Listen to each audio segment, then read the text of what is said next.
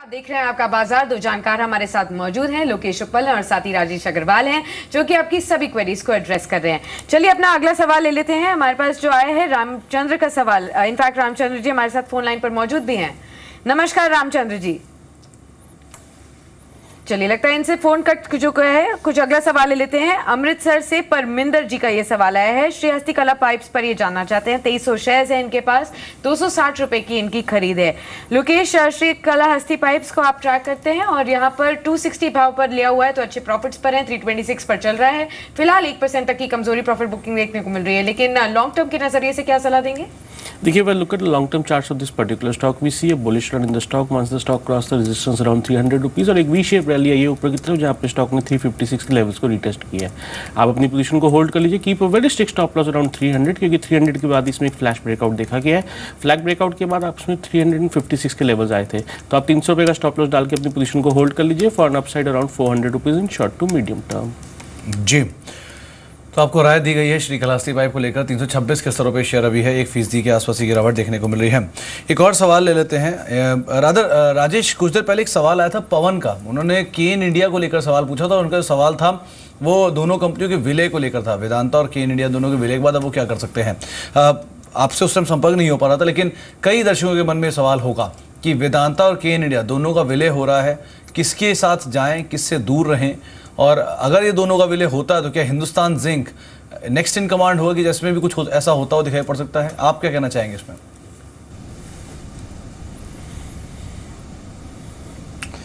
देखिए, अगर वैल्यूएशन के लिहाज से बात करूं तो मुझे लगता है वेदांता के साथ जाना चाहिए, बट शॉर्ट टर्म में जो मूवमेंट बनी हुई है वो केन में ज़्यादा बनी हुई है। ट्रेडिंग के लिहाज से केन बेहतर है। वैल्यूएशन के लिहाज से अगर आप लंबी अवधि में पूरे मर्जर का बेनिफिट लेना चाहते हैं तो डेफिनेटली आपको वेदांता के साथ ही जाना चाहिए, क्योंकि अगर आप देखें तो एक पे एक शेयर मिल रहे हैं, प्लस 4 प्रेफरेंस शेयर मिलेंगे, तो उस हिसाब से वैल्यूएशन अगर मैं करता हूँ तो वो वहाँ पर रिलेटिव वैल्यूएशन वहाँ सस्ते नज़र आते हैं, तो मैं वेदांता के साथ ही जाऊँगा। जहाँ तक हिंदुस्तान जिंक के सवाल है, अगर आप देखें तो हिंदुस्तान जिंक का अभी तक ऐसा कोई भी आधिकारिक रूप से अनाउंसमेंट नहीं आया। ये कावियात बिल्कुल लगाई जा सकती है कि आने वाले दिनों में नेक्स्ट कंसोलिडेशन के लिए हो सकता है कि वो आए, तो ऐसा हो सकता है, बट अभी तक ऐसी भी कोई भी आधिकारिक रूप से कहीं से भी कोई समाचार आए नहीं है। जी, चलिए अगला सवाल लेते हैं। हमारे पास एसएमएस के जरिए सवाल आया है। सिक्किम से नरेश जी ने भेजा है। लाइका लैब्स के बारे में जानना चाहते हैं। 1000 शेयर्स हैं इनके पास। परचेसिंग प्राइस इनका 73.15 का है।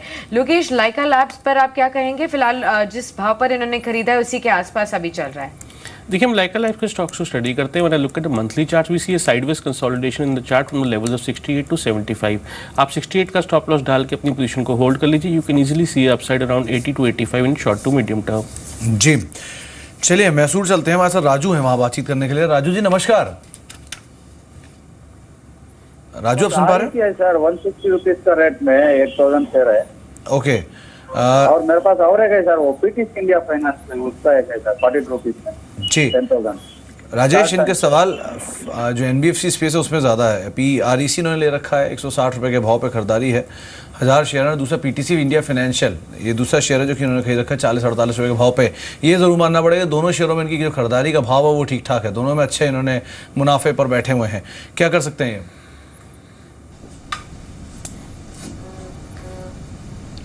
REC में अगर चाहें तो और भी खरीदारी कर सकते हैं। हमारे इस पे बाय कॉल है। अगर आप देखें तो वैल्यूएशन बहुत ही अभी भी सस्ते हैं। इनफैक्ट 130-140 से चलना चालू हुआ है, 215 के आसपास है। बावजूद इसके वैल्यूएशन अभी भी सस्ते हैं। बुक वैल्यू से नीचे कामकाज कर रहे हैं। 17 रुपये 10 पैसे का डिविडेंड इस बार इसने दिया था। 60 रुपये की अर्निंग आने की पूरी संभावना है। तो इन सब चीज़ों के मद्देनज़र हमारी REC पे बाय कॉल है और हम कहेंगे जो एग्जिस्टिंग पोजीशन है बिल्कुल बने रहें। आपके फंड्स अलाउ करते हैं और भी ऐड कर लें।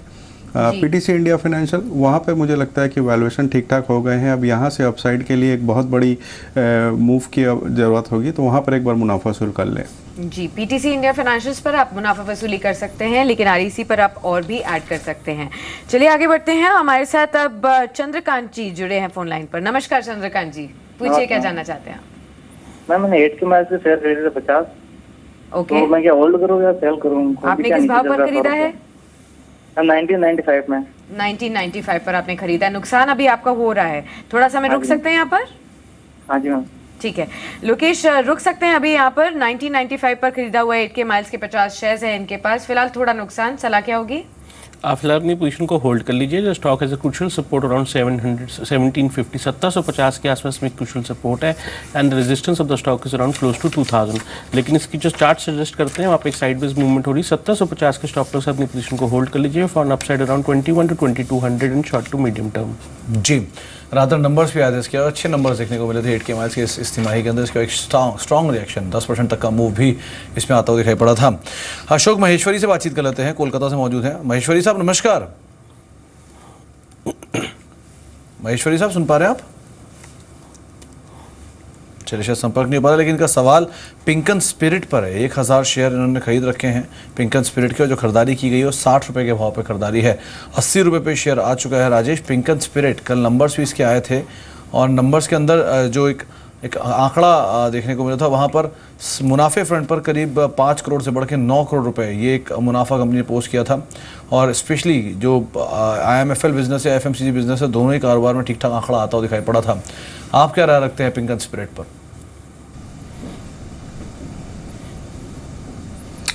देखिए, जैसा कि नाम सजेस्ट करता है, स्पिरिट की कंपनी है, वेस्ट बंगाल में एक अच्छा ब्रांड हो रखा है। कर्नाटका और उड़ीसा में ये अपने पाँव पसारने की कोशिश कर रहे हैं। इनके 3 डिवीज़न है, IML, IMFL और FMCG, तीनों में ही अच्छी वॉल्यूम ग्रोथ देखने को मिली है। बॉटम लाइन जैसा कि आपने कहा कि करीब 60% बढ़ा था। EBITDA भी अगर आप देखें तो 68% के आसपास बढ़ चुका है। टॉप लाइन में 34% की बढ़त आई थी। अभी इन्होंने 2 ब्रांड के एक्विजिशन किए हैं और इन सब चीज़ों के मद्देनज़र लॉन्ग टर्म चार्ट्स में, लॉन्ग टर्म में मुझे ये स्टॉक बहुत अच्छा लगता है। कम से कम मौजूदा स्तर से 15 से 20% की अपसाइड अभी भी गुंजाइश बचती है मौजूदा फंडामेंटल्स पे।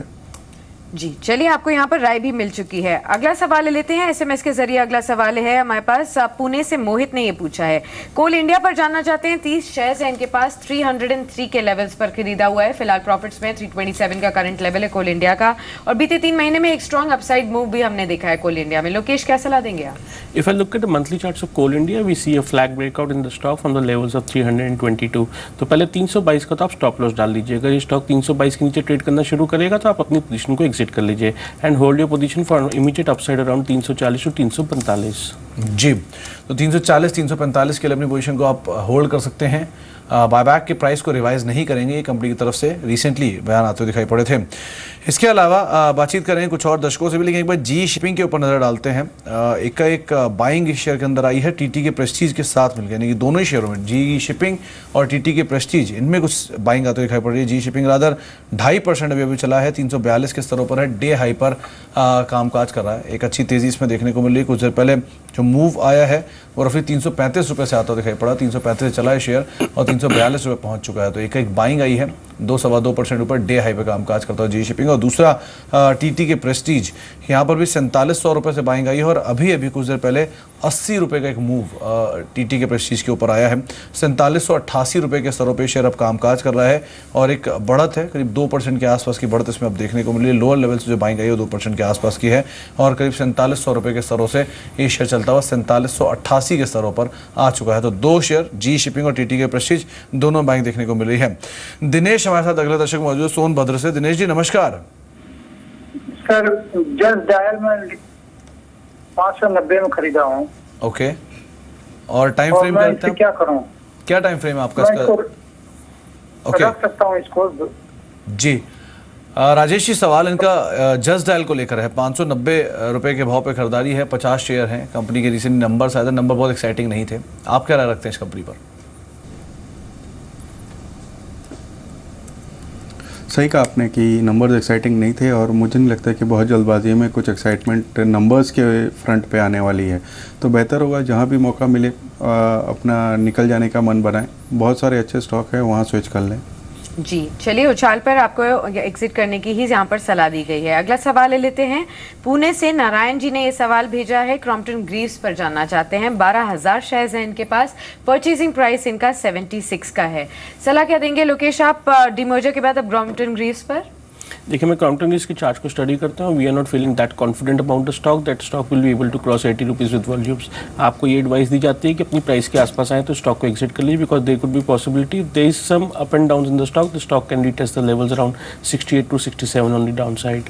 जी, तो बहुत ज़्यादा तेज़ी की उम्मीद नहीं है, इसलिए आपको राय है कि आप कोई भी तेज़ी आपको मिलती है आपके भाव से ऊपर आ तो आप निकलने की कोशिश करें। जितेंद्र से बातचीत कर लेते हैं, अहमदाबाद से मौजूद हैं। जितेंद्र जी नमस्कार। हाँ नमस्कार सर। नमस्कार जितेंद्र जी, क्या सवाल आपका पूछिए। हाँ मेरे पास 200 स्टॉक है नीलकमल प्लास्टिक के, ओके 1294 के लिए है, शॉर्ट टर्म के लिए। ओके 1294 रुपये के भाव पे नीलकमल पे इनकी खरीदारी है राजेश, करीब करीब 200 शेयर इनके पास हैं। क्या राय रखते हैं आप कंपनी के बाकी कारोबार जो हैं, स्पेशली प्लास्टिक में भी जो दो इनके कारोबार हैं, मोनोलिथिक और प्रीफैब, उन कारोबार के अंदर कुछ कुछ सुधार आ रहा है, लेकिन हाँ अदरवाइज इनकी खरीदारी के आसपास ही ये शेयर है, क्या राय रखेंगे आप इस पर? देखिए अगर शॉर्ट टर्म का नज़रिया है तो एक बार निकल जाने की सलाह दूंगा, क्योंकि मैं जो भी पॉजिटिव्स थे, जो कारोबार में अपसाइड आ रहा है, वो सब मेरे ख्याल से प्राइस में ऑलरेडी डिस्काउंट हो चुके हैं। इनके ब्रांड नीलकमल वगैरह के जो आते हैं वो बहुत अच्छे हैं, बट प्राइस ऑलरेडी डिस्काउंट कर चुका है। 1300 के आसपास निकलने का मन बनाए। जी 1300 के लेवल्स पर आप यहाँ पर एग्जिट कर सकते हैं, ये सलाह दी गई है आपको। चलिए आगे बढ़ते हैं और जान लेते हैं रजत से कि इस वक्त एफएनओ बाजार से क्या कुछ इंडिकेशंस मिल रहे हैं। रजत, बाजार के लिए आज अच्छा दिन, 15 मंथ के हाईज के आसपास बाजार अभी कामकाज भी कर रहा है, इंडिकेशंस क्या मिल रहा है आपको ठीक एक्सपायरी से पहले? बिल्कुल जैसी उम्मीद थी बिल्कुल वैसे हुआ। देखिए बाजार सरेंडर नहीं कर रहा था। अब इंपॉर्टेंट ये कि 8600 के लेवल को तोड़ने के लिए तैयार नहीं, और आज तो ग्लोबल सेटअप बहुत स्ट्रॉन्ग है, एशियन मार्केट से पॉजिटिव क्यूज मिल रहे हैं, उसका सहारा है। और जो ज़्यादा जानकार थे यही मान रहे थे कि 8600 से 8680 के बीच में एक्सपायरी करती हुई नजर आएगी, बिल्कुल उसके बीचों बीच इस समय कामकाज कर रहे हैं। लेकिन अगर इन लेवल्स पे भी अगर एक्सपायरी करती है तो ऑप्शंस प्रीमियम्स बहुत ज़्यादा स्क्वीज होते हुए नजर आएंगे, पर ज़्यादातर जानकार अभी यही मान रहे हैं कि 8600 और 8680 के बीच में एक्सपायरी कटेगी। लेकिन आज जिस तरीके से एक्टिविटी हुई उसमें ऑब्वियसली 67% के आसपास तो प्रीमियम बढ़ गए 8600 की कॉल के जुलाई की ही, और 55% ड्रॉप है 8600 की पुट में। कंप्लीटली कल के सत्र का रिवर्सल आज के सत्र में बनता हुआ नजर आया, और रोल ओवर्स के लिहाज से 42% के आसपास निफ्टी पे और 44% निफ्टी बैंक पे रोल ओवर्स देखने को मिल रहे हैं। लेकिन काउंटर स्पेसिफिक अप्रोच आज भी ट्रेडर्स ने रखी है।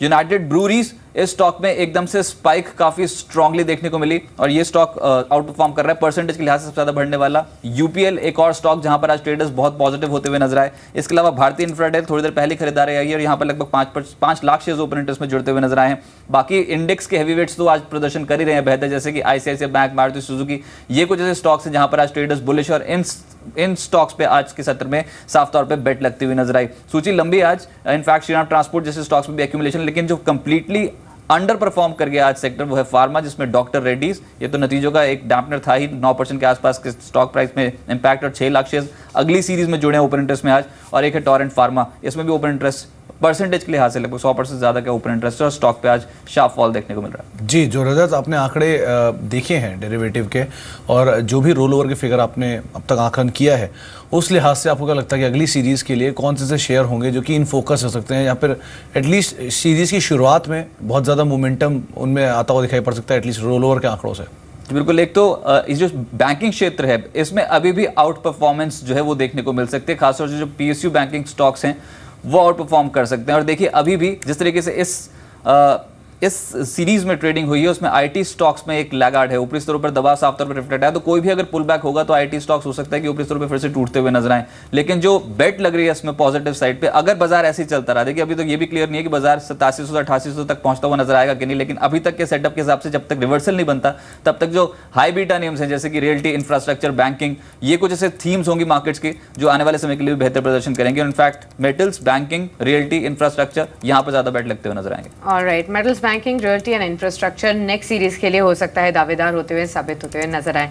रजत बहुत बहुत शुक्रिया इस पूरी अपडेट के लिए। चलिए आगे बढ़ते हैं और अब जान लेते हैं एक्सपर्ट्स की राय, कौन से ऐसे वो 2 शेयर्स हैं जहां पर एक्सपर्ट्स दाव लगाने के लिए आपको सलाह देंगे। शुरुआत लोकेश आपके साथ कर सकते हैं, पोजिशनल कॉल्स के परस्पेक्टिव से आप राय दीजिए, कोई 2 निवेश के टिप्स। देखिए साक्षी जी, हमारी यहाँ पे 2 पोजीशंस हैं। एक एडवाइस है किर्लोस्कर ऑयल इंजीनियरिंग, यहाँ पे 300 रुपये के लक्ष्य के लिए आप इसे बाय कर सकते हैं विद स्टॉप लॉस अराउंड 265, क्योंकि यही अगर हम इसके मंथली और वीकली चार्ट को स्टडी करते हैं तो वहाँ पे एक फ्रेश ब्रेकआउट देखा जा रहा है, एंड वॉल्यूम ब्रेकआउट के साथ ये स्टॉक आराम से 300 रुपये के लेवल्स को रिटेस्ट कर सकता है। दूसरी पिक रहेगी हमारी पावर ग्रिड की। पावर ग्रिड में एक अच्छा फ्लैग ब्रेकआउट लेवल देखा गया फ्रॉम द लेवल्स ऑफ 165, तो 165 का स्टॉप लॉस डाल के हम उसमें 185 के टारगेट के लिए उसको प्ले कर सकते हैं। जी, तो आपको राय दी जा चुकी है और 2 शेयर बताए गए हैं, 2 विकल्प बताए गए हैं जहां पे आप दाव लगा सकते हैं। राजेश, आपकी तरफ से कोई 2 शेयर जहां पर आप दाव लगाने की राय दे रहे हैं? देखिए सुमित, 8600 के लेवल्स में बहुत सारे स्टॉक में अच्छा रनअप हो गया है, लेकिन मैं समझता हूँ अभी भी 2 स्टॉक ऐसे हैं जहाँ पर लोग फंडामेंटली ले सकते हैं। पहला स्टॉक हमारी तरफ से होगा फोर्स मोटर का। अगर देखें तो महीने दर महीने जो नंबर आए हैं बेहतर आए हैं, तिमाही दर तिमाही जो नतीजे आए हैं बेहतर आए हैं। कंपनी मर्सिडीज़ को इंजन्स और एक्सल सप्लाई करती है। मैनेजमेंट ने कहा है कि आने वाले 3 साल में अपने टर्नओवर ट्रिपल कर लेंगे, जो मौजूदा स्तर से उसे 3 गुना कर लेंगे। हमारा अनुमान है ये stock short term medium term में 3600 जा सकता है। अगर लंबी अवधि में रखा जाए तो उससे भी बड़े टारगेट्स हो सकते हैं, बट फिलहाल 3600 के टारगेट के साथ इसमें खरीदारी की जा सकती है। दूसरा स्टॉक हमारी तरफ से आदित्य बिरला नोवो का होगा, जहां अगर आप देखें तो कंपनी के जो भी वर्टिकल्स है, चाहे वो टेलीकॉम के हो, चाहे फाइनेंशियल सर्विसेज के हों, इंश्योरेंस के हों, सब बहुत ही बेहतर प्रदर्शन कर रहे हैं। और आने वाले दिनों में मुझे लगता है ये एक बहुत अच्छा अपसाइड हो सकता है। कंपनी अपने पूरे बिजनेस को रीस्ट्रक्चर करने की काबिलियत कर रही है और 1600 के मध्यम अवधि के टारगेट के साथ इसमें भी खरीदारी की जा सकती है। जी राजेश, रादर फोर्स मोटर को आप जब वो 3 डिजिट था तब से रिकमेंड करते आ रहे हैं, 4 डिजिट तो आ चुका है, आपको लगता है 5 डिजिट भी जा सकता है?